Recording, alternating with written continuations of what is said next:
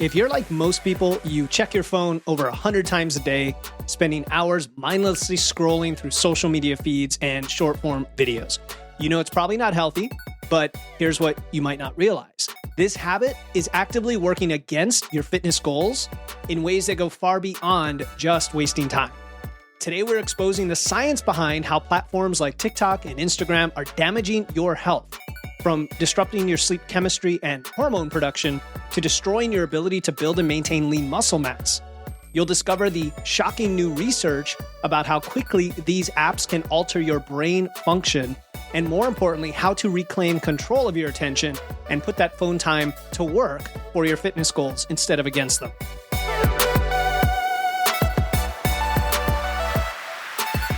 Welcome to Wits and Weights, the podcast that blends evidence and engineering to help you build smart, efficient systems to achieve your dream physique. I'm your host, Philip Pape, and I want to lay out for you a familiar scenario.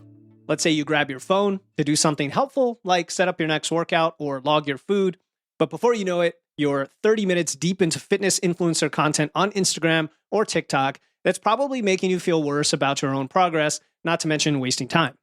Now, if that sounds familiar, stick around because today I'm discussing how social media, especially the addictive short-form video platforms, isn't just distracting you. It is actively sabotaging your health and physique goals through multiple mechanisms. Now, real quick, before I get into it, I want to let you know about some brand new calculators that I just added to the website to estimate calorie intake, body fat, and more. And I think a very smart way to use your smartphone instead of scrolling social media. I spent a lot of time recently putting these together for you. I thought they would be really useful. So just click the link in my show notes or go to witsandweights.com and click calculators in the menu to try those out. And each one has an article below it that explains what everything means. So a little bit of education there. And I tried to add something unique to the calculators that you won't find in others on the internet. So again, just click the link in the show notes or go to witsandweights.com and click calculators in the menu. All right, let's get into today's topic about social media. Let's start with something that I heard about recently in the news from previously hidden documents from TikTok. Their own research leaked on the internet shows that users can become addicted to the platform after viewing just 260 videos. Now, that sounds like a lot, but you know how short those are. It only takes 35 minutes of cumulative viewing time. So now think about that. In less time than it takes to train, to do your workout, right? Or to eat a meal or even prepare a meal, these apps like TikTok can fundamentally rewire your brain's reward system. Now, it's probably not a huge surprise. I myself have often been caught, on my phone, starting to scroll or even doom scroll. And it's because I started to use my phone for some other reason, or maybe I'm between my lifts, my sets in the gym, and you just get caught down this rabbit hole. And yeah, it wastes time, but it seems like it's even more insidious than that. We're going to get into that today. The other thing that strikes me as I was putting this together is think about how long it takes to develop a positive habit, right? Like just going to the gym, we know it takes anywhere from 3 weeks to even a couple months to really get consistent at something when you apply yourself every day and it starts to compound. Whereas the opposite is true here. Something like TikTok or Instagram or wherever you're getting your short form videos are like immediately giving you that dopamine hit and starting to rewire your brain and make it effectively a quite negative habit very quickly. And the damage that comes from this goes far deeper than just addiction, right? You've heard that before. Okay, fine, you get addicted. Recent research from the Sleep Foundation shows that nighttime social media use suppresses melatonin production for twice as long as regular screen time. Now think about that. It's not just that you're on your screen, right? I always advise folks, especially my clients, to, cut out the screen at least a half hour to an hour before, try to cut out the blue light, but it's not just the screen time itself. It's specifically social media, probably because of the way it stimulates your brain. It's very different.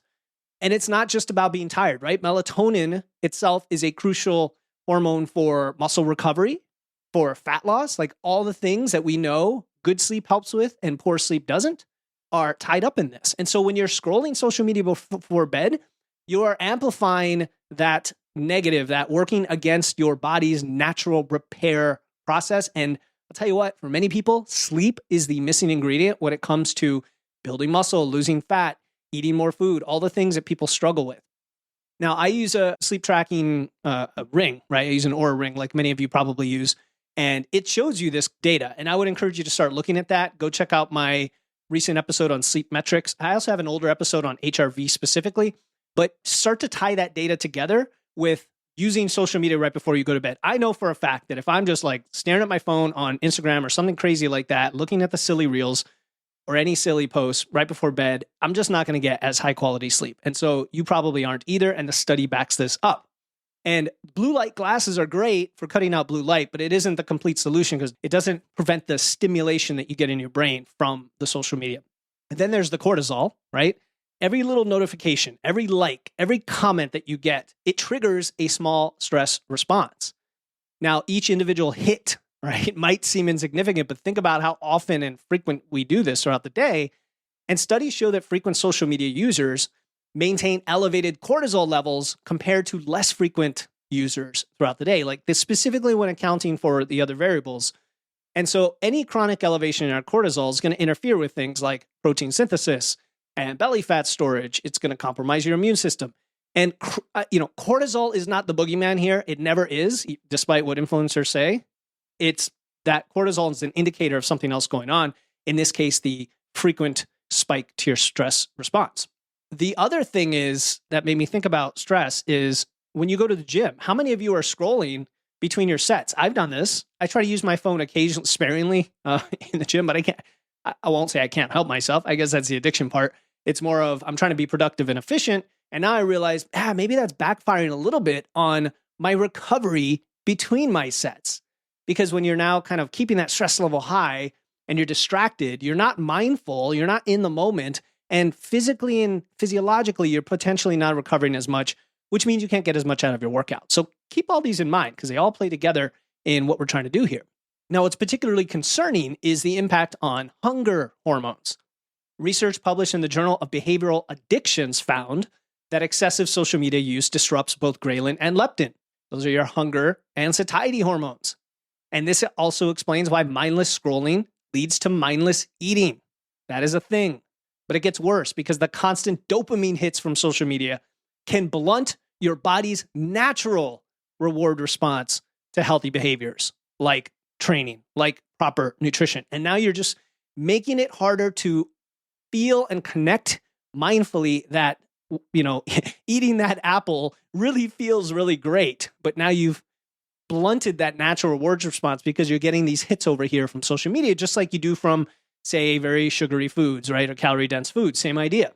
And all these levels of addictions and brain chemistry all work in a similar way, right? And so you might notice, for example, and this is worth documenting, that your scrolling, that your social media use is connected with snacking, with overeating, with overconsumption. Really cool potential correlation there. So pay attention to that. So now I want to talk about what this is doing to your body directly. We talked about the physiological impacts, the negative impacts.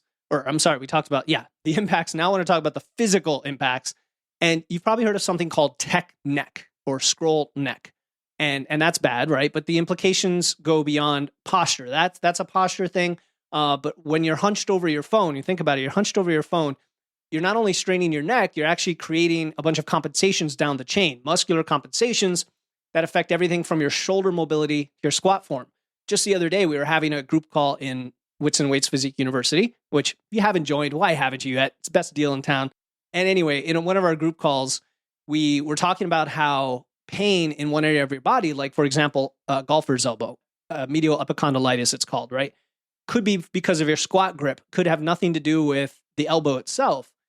Similarly, a back issue could have to do with your neck. And so thinking about posture and then being strong in parts of your body that support your posture, like, for example, your hips and your glutes, is a good way to compensate for this. But being hunched over your phone and thinking about your posture when you use social media could be impacting a lot of physical issues that then cause pain or discomfort when you train, for example, or when you recover from training. So a recent study in the International Journal of Environmental Research and Public Health found that heavy social media users showed significant reductions in thoracic mobility and increased forward head posture, right? And this correlates with the hunched over thing. And it impacts your ability to perform movements as effectively as you would otherwise, or you have to compensate for them. Think of overhead presses and pull-ups. You're kind of tightened up like a lobster, I want to say.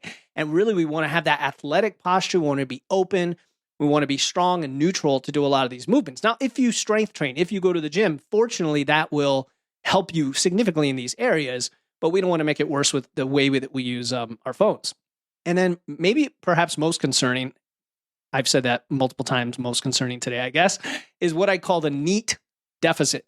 Now, NEAT, non-exercise activity thermogenesis, that is all the calories that you burn through your normal daily movement, everything other than structured exercise, right? Your NEAT, walking, for example, fidgeting, doing your chores, etc. And research shows that high social media users take up to 40% fewer steps per day compared to moderate users. Wow. Like, think about that. We're not even talking about different types of jobs or different types of exercise. We're talking about just the fact that you use more social media means you're just going to walk less. And we know that NEAT is one of the biggest levers we have for the amount of calories we burn and our body composition and how much we can eat.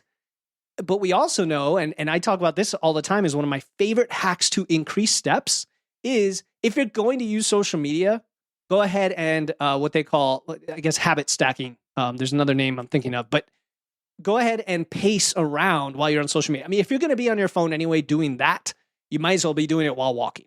And just, you could pace around your couch in the house. It doesn't even have to have a long runway. So I guess that's my way of kind of compensating for that statistic, is using that time rather than saying just stop using all social media, which is great. We want to reduce it. It's how can we, combine a good habit with this maybe not so great habit. And then when you go to the gym, when you train, the residual effects of social media affect your performance in some way. We want to be aware of this because studies show, again, heavy social media users demonstrate reduced focus. They have a reduced attention span, which leads to decreased max force production during resistance training. Can you believe it? Like, it's so amazing how these tie together. Your mind is literally still processing all of that scrolling, even as you're trying to focus on your lifts. So mindfulness is a big element here. And this sounds like a big doom and gloom, but you can see I've dropped a little bit of a hint so far of some things we can do. And we're going to get into more of that in a bit. So keep listening, keep watching. So I guess my challenge to you with that piece, now that I come to think about it, is phone-free training sessions. All right. I have that in my notes here because I didn't want to forget. Just not having your phone with you at all. So if you go to the gym, if you could just leave it in your gym bag, if you work out at home, just leave it away from the room and try that. It's almost like a phone abstinence thing to see how it impacts your training session. So that's the physical impacts. And now let's talk about maybe the most insidious impact, and that is the psychological effects of social media. New research published in the journal Nature shows that frequent exposure to short form video, you know what we're talking about. We're talking about Reels, which are very popular on TikTok. They're also on Instagram. You even see them on Facebook and other platforms. That exposure to these reshapes your brain's reward pathways, reshapes them. We talked about the dopamine hits, but you're actually changing the chemistry of the brain. And this makes it harder to focus on long-term goals like building muscle and losing fat and body composition and training consistently and eating consistently and tracking, all the things that require consistent effort over time. And the fitness industry on social media is particularly a problem, right? Because we're bombarded with unrealistic transformations, misleading before and after photos. I mean, the vast majority of the before and afters you see are probably misleading, either because they're not even the actual client of the person, or in a more subtle way, the pictures themselves are taken in a way that's misleading. There's promotions for things like supplements or specific diets, and you're just bombarded with these, and a lot of them are sponsored, a lot of them are paid advertisements. And all of this creates what researchers call toxic comparison syndrome. When you go to your, like Instagram, I know, when I go to the search tab, I almost try to avoid that completely. If I look at even one or two people with a decent physique, all of a sudden I see more photos with even more outrageously, quote unquote, ideal physiques. And now you're constantly measuring yourself against these heavily filtered, carefully curated, often manipulated images of what look like Greco-Roman gods, right? Men and women. And it actually shifts how we establish a baseline for what even beautiful looks like, which is really sad, right? Because if you just go out into the real world and watch regular people walking around, you're like, this is two different planets, right? Two different planets, like social versus the real world. And then there's the gender differences and all this pressure. Now, I'm a man, I'm not a woman. I can't identify with being a woman, but I have probably 2/3 of my clients and listeners are women. Many of you listening right now are women. And you know that there are, obviously there's double standards, but not only that, there's just such a high level of pressure on social media with women. And we know studies that have looked at the effect on teenagers. I mean, you've heard it all before, and it's a problem, right? And then you have the transformation stuff when you see the before and after. Now, I follow some very good, very smart science-based coaches. Some are friends of mine, some have been on the show or vice versa. And some I just follow because they really have their stuff together and they will show transformations. And yes, they'll show before and after photos, but they're very realistic. Like, and I almost think, are people going to be turned off by the fact that it's not as dramatic as some of the manipulated ones, right? I always think about that, even with my own clients. Like, I hardly ever use transformation photos for that very reason. I'd rather use their own words, video, and maybe the numbers as well to show factually what's going on. But that doesn't emotionally connect with people as showing somebody go from a certain body type to this, ripped, shredded, whatever body type. And that's a problem. So always be skeptical when you look at this one, because the real transformations, they take time and effort. They're not as visually dramatic as you would expect, but the results to individuals in terms of their energy, their mood, how they feel about themselves, their confidence, and yes, their looks from where they were before are still dramatic. And the fact that we expect so much more based on social media is really a shame. And then another thing that's concerning is tied to this, the spread of fitness misinformation, which is one of the biggest enemies of mine, biggest boogeyman's of mine. And I'm not even a big call out person. Like, I don't call people out tremendously. I've had folks on the show who do, like Dr. Spencer Nadolsky, and who's you're going to hear about very soon after this episode comes out. And if you look at the content online, you know that the stuff that gets attention, the viral stuff, is usually the really out there information. A recent analysis of fitness-related TikTok content, for example, found that over 80% of viral fitness posts contained at least one significant piece of misinformation. And so this creates what I call analysis paralysis by social media, right? Where you're so overwhelmed with not just information, conflicting and misleading information, and then you struggle to take any action at all, right? You just binge content, hoping to find something, then something else, then something else. It's all different. Can't tell you how many rapid nutrition assessments I get on, and that is the root cause of their issue. They're like, you know what? I wanted to set up a call with you because I've listened to your podcast, and it seems like you're trying to be objective and reasonable about this stuff and evidence-based, and I'm so confused because there's so much misinformation. What do I do with this, right? So let me ask you the question. What do we do about all of this? Now, we've talked about the negatives of social media, and I'm not going to tell you to delete all your apps, right? That's not realistic. That's not necessary. I'm not going to tell you to stop using your phone. Let's talk about evidence-based strategies to make technology work for you. It is a tool. I just simply want it to work for you rather than against you, like with anything else. Let's stop saying not to do certain things. Don't track your food because you can get obsessive. No. How do we use food tracking as a tool that works for us? So how do we use social media that way? First, we need to understand that our phones can be super helpful for progress when you use them intentionally. I think a smartphone is an amazing invention. I remember back in 2007, I think I watched it live. I watched the keynote address that Steve Jobs gave when he introduced the iPhone. And I encourage you to go on YouTube and find that, because the audience was just shocked with this massive leap forward in technology that the iPhone presented, because it was the first time we ever combined, browsing the web with a phone, with apps, and with the capacitive touchscreen, the whole thing. Now it seems like ho-hum old news, but it was an amazing invention. And we know what it's led to. It's led to a completely different phase of technology and history that we're in, for better and worse, like always with technology. So why don't we use them as tools? And so think about tracking your workouts, for example. Now, if you love to use notebooks, please use a notebook. I know some of you listening and some of my friends are like, oh, here he goes again with the phone. But hey, we all have phones. There are many good apps. By the time this episode comes out, I think, actually the very last episode was with the founder of Boost Camp. Boost Camp is the app that I use.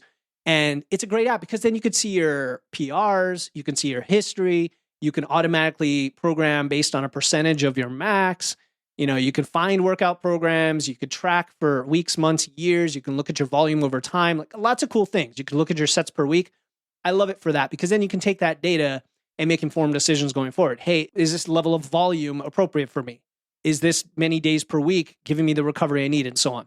You could use it definitely for food tracking. So I love MacroFactor for that purpose, calculating your calorie and macro targets, monitoring your biofeedback, your metrics, your photos, like doing those kinds of things. Also, even going on YouTube or yes, even short form social media and deliberately looking for educational content that can teach you something, knowing that you're seeking out people that you trust and then kind of building that self library ecosystem of those people and trying to filter out the rest. And these are active, these are purposeful, these are mindful uses of technology that move you ahead toward your goals rather than mindless consumption that pulls you away from them. And I know we all have different personalities. Everybody has different levels of tracking and data use. I'm definitely up there in the type A engineering. I love to use data and spreadsheets. A friend of mine actually, we homeschool our kids and he asked, how long it takes every day to teach them. And I said, well, it takes about probably 4 to 5 hours now that they're older. It's a few hours less than being in school all day because we could be a little more efficient with it. And then I sent them my spreadsheet with like a histogram of the hours per subject and the hours per day and this whole thing. So that's me, but that's not everyone. Now, if you work with me as a client, I will definitely help you use a lot of these tools and data efficiently, but I tend to do the number crunching myself on the back end. Hi, my name is Jenny, and I just wanted to say a big thank you to Philip Pape of Wits and Weights for offering his free 50-minute nutritional assessment. During that time, he gave me really good tools on how I can further my health and fitness goals. He asked really great questions and stayed true to his offer of no sales pitch. I have since applied these things and gotten really close to my health goals and my weight goals. And now I'm able to flip over and work on my strength and my muscle conditioning using a lot of the things he offers in his podcasts. And I just am very grateful for his positive inspiration and encouragement for all of our health. Thank you, Philip. Everybody's different. I get it. So find something that works for you. You don't even have to use your phone, right? Nobody's saying you have to. The next thing that comes to mind is setting for yourself an intentional, specific plan for when and how you're going to use social media. Now, you know how if you have children and they have their phones, there are apps that let you limit screen time, for example. Well, why don't you do that for yourself? Instead of random scrolling whenever, set either dedicated times, just like you might have dedicated meal times to control your calories, for example. Set dedicated times for checking certain apps. Ideally, not first thing in the morning or right before bed as well. So think about that. And again, if you want to use the technology built in the phone to like limit you from doing that, go for it, or just do it manually. So it's kind of a batching strategy is what I'm thinking. The second thing that comes to mind is your environment design. Just like with food, where we want to put snacks, high calorie snacks away where we don't see them if they're a craving for us, we want to make it harder to access the apps that suck us in, right? And you can move them off your home screen. You can hide them in a little group, like on iPhone, you can put them, just shove them in a group so they're not constantly sitting there as an app. Turning off notifications, that is huge. Like turn off the badge icon, turn off notifications. That way you have to manually go into those things. And you'll notice when you do that, they're not that important after all, are they? And then you can use the built-in limits like I mentioned before. One other thing you can do is look at the screen time. And it's kind of funny because for those who use MacroFactor as a food logging app, I will sometimes tell someone who doesn't quote unquote like to log food because they think it's inconvenient. I'll say, hey, let me show you the screen time that most people average when they use MacroFactor, and it's like 4 minutes a day. You know, I mean, it's hardly anything. So check out the phone time, the screen time by app, and look at the ones that you spend the most time on. That would be probably the low-hanging fruit to start limiting yourself. Then there's something called pattern interrupts. And what this is setting up triggers that make you pause before mindless scrolling. Now, I don't have a great example for this. I'm thinking, for example, when you open a social media app, just consciously asking yourself the question, what am I looking for here, right? For example, I'm looking for information about how to do a bench press better, or how do I get more protein? And that's why I'm going to social, as opposed to I'm just going to open my social media app and start scrolling without a plan. So it's really just that pattern interrupt of interrupting your thought, and hopefully me saying it right now and putting it in your brain like an earworm. If you don't know what an earworm is, look it up. It's a cool term. Like an earworm will make you think next time you open Instagram, why am I doing this? Why am I doing this? Like I might go in there to check my messages as a batch. I might go in there because I'm looking for a specific person or information. But if I'm simply opening it up because, hey, it's there on my home screen and now I just get sucked in, that's a problem. So have a pattern interrupt, give yourself a reason. And then if you don't have a good one, that will interrupt your thought pattern so you second guess the need to scroll at all. And then curating your content. I mentioned this a little bit before, but be ruthless. Like be, like a scalpel about who you follow. If someone's content makes you feel worse about yourself or your progress, just unfollow them and stop following them right away, no matter how popular they are. And there's other options in these apps to see less of this, right? Or stop showing this or hide this for a while. Try those things because it will mold the algorithm in your benefit. Now, there is a huge positive reframing on all of this because a lot of this was negative. Some of it was, helpful strategies, but a lot of it was negative. What if the very technology that's designed to hook us can become our most powerful ally in improving what we're trying to do here, which is our health and fitness, our strength, our body composition, fat loss, right? And so instead of scrolling mindlessly through transformation posts, going through your search tab, imagine using those same moments to track your progress in the gym, the kitchen, looking up recipes, learning how to improve your form, learning about how to program your workouts, and so on. Use it as a tool for education and tracking. I want you to think of those two things right now. I want you to think of education and tracking. Is the purpose I'm opening social media right now for education or tracking? Now, I know there's a social aspect to social media, so I'm not going to take that away from you. I'm not suggesting that at all. Definitely connecting with people, commenting on posts and stuff, go for it. But have that pattern interrupt of asking yourself, is this really worth it? Or do I at least want to batch up my social part of social media into like 1 hour of the day? And then during that hour, I'm going to walk around as I do it. So I'm going to get a 2-for-1 and I'm going to limit my time, right? Take control of it rather than just binge away at random content. And the funny thing is, when I mentioned reward response earlier, the same dopamine you get from like a like or a share, you can get that from actually making progress, from seeing your numbers improve in the gym, right? The satisfaction of watching a short video, whatever fleeting it is, channel that into maybe recording your own form lift and analyzing it. Now, I know that takes more work, so that might not be an equivalent. But the point is, we don't want to fight technology. We don't want to try to be a Luddite. I mean, look, you're using YouTube or a podcast app right now to listen to me, and I hope you find this educational. And this is a purposeful use of this. What are you going to do about it? How are you going to redirect this powerful thing to serve your goals? All right, so your phone isn't inherently your enemy, right? It's just a tool. Like any tool, its impact depends entirely on how you use it. So how are you going to use it, right? Now, I want to give you one way to do that, a productive way to use your smartphone. I mentioned this earlier, but just in time for this episode, I added some brand new research-backed calculators to our website, witsandweights.com. Yes, they're mobile friendly. And you're going to find a metabolism calculator based on the latest formulas for BMR and TDEE that will give you an estimate of your energy expenditure and then the best calorie intake for different fat loss and muscle building goals. Now, this is just a starting estimate, but I think it's pretty cool. It's better than other calculators because of the formulas it uses. I also added a body fat calculator, and it lets you put in a target body fat and tells you what it takes to get there. And I think a lot of those calculators don't have that. Also, a new body roundness index calculator. And this is a better indicator of health and body fat than BMI. I first heard about it from Dr. Jordan Feigenbaum, and I decided to look it up. The research is really solid, and I created a calculator for it for you. It accounts for your lean mass. So many of us who lift, BMI is useless. The vast majority of people who lift that I know who are in fantastic shape are either overweight or obese according to BMI, which is ridiculous. It's because they have a lot of dense lean mass on their body. So the body roundness index actually compensates for lean mass and can give you, based on the shape of your body, how much body fat you have in your health factors. So check those out now using your phone. Click the link in my show notes or go to witsandweights.com and click calculators in the top menu and check those out.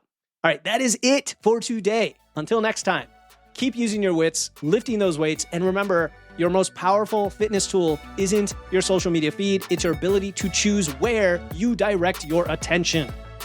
This is Philip Pape, and you've been listening to the Wits and Weights podcast. I'll talk to you next time.